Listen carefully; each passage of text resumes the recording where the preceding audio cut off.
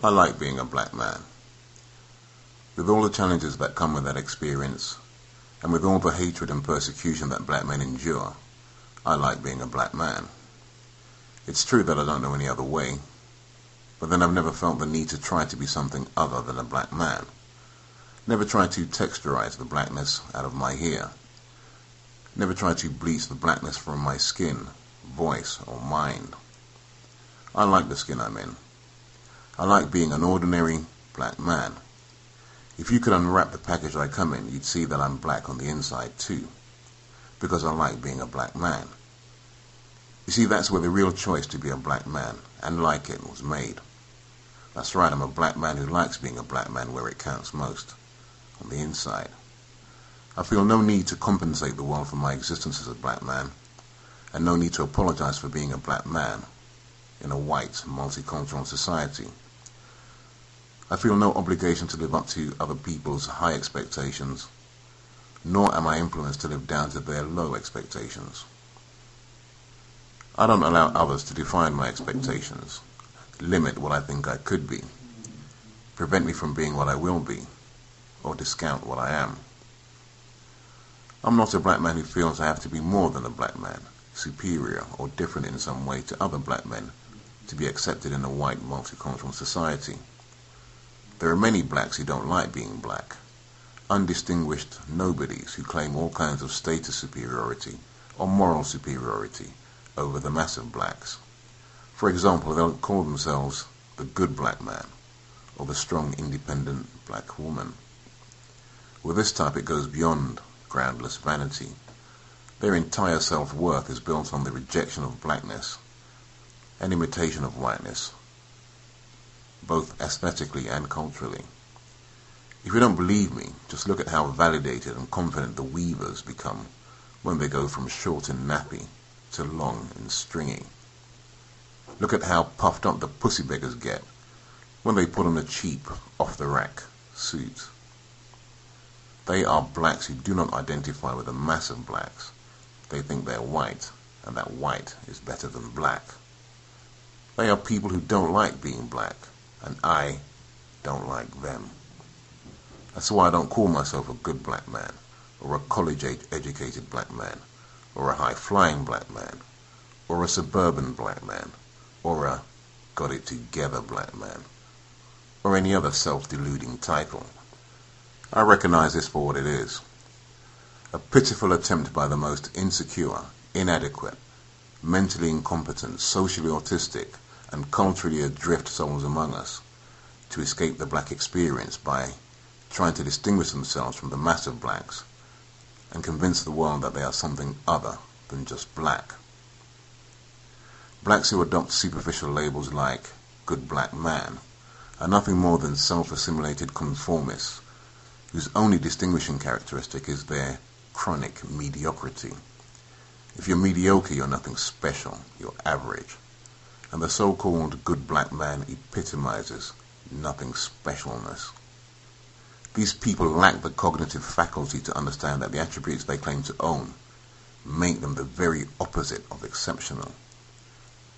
The most laughable thing is they don't possess even the meager attributes they boast of, which is why they think having them would make them special.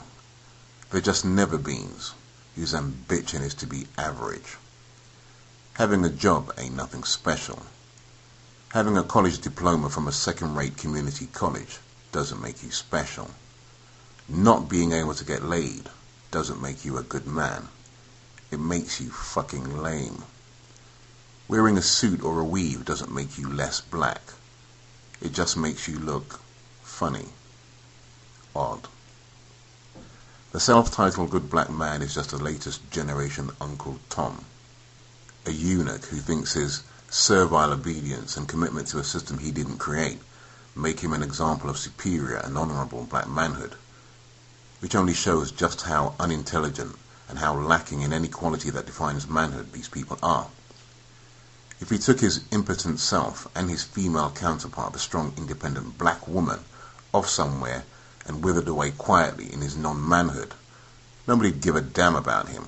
He'd just be another harmless non-entity, But this treacherous dog has chosen to become a mouthpiece for white supremacy, an outspoken co-signer of anti-blackmail propaganda manufactured in the white media, for whom no slander is too great to perpetrate on his brothers in his manic drive to show solidarity with those who hate black men. This is a black man who really doesn't like being a black man. The self-titled good black man as seen on YouTube is incapable of offering any leadership in the black community or addressing any important issue, because he doesn't know shit. He's a lightweight in every sense, a man who spends all his free time, which is 24/7, on the internet, nursing his sexual frustrations, agonizing over why women don't choose his limp self, and quarreling back and forth with the vilest, most repugnant, black man-hating, ghetto trash females. Then when they're through kicking his weak ass, he runs to seek refuge behind a wall of silence he never erected. No discipline and no agenda, other than trying to make themselves look good to other haters of black men. The term good man has been completely robbed of its original meaning, to become synonymous with social outcast, misfit, recluse, can't get laid, weirdo, pervert, failure to launch, no game, no sense, no money, no honor, no integrity, and pure jealousy. These clowns are everywhere on the internet, whining night and day about how women don't choose them, and being lonely because the girls don't like me, they prefer thugs. You gay fuck. My policy is to block and ignore these buffoons, but after watching their activities over the last couple of months, I was struck with the insight that prompted me to make this video.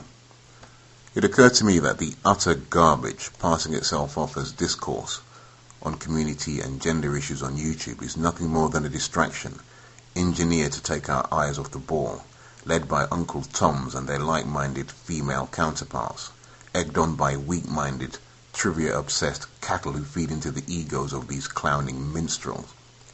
It's the same pattern we see every time black men begin to seek each other out to find real solutions to our problems. The Uncle Toms and their army of degenerates jump on our bandwagon scheming to usurp it. The process is simple.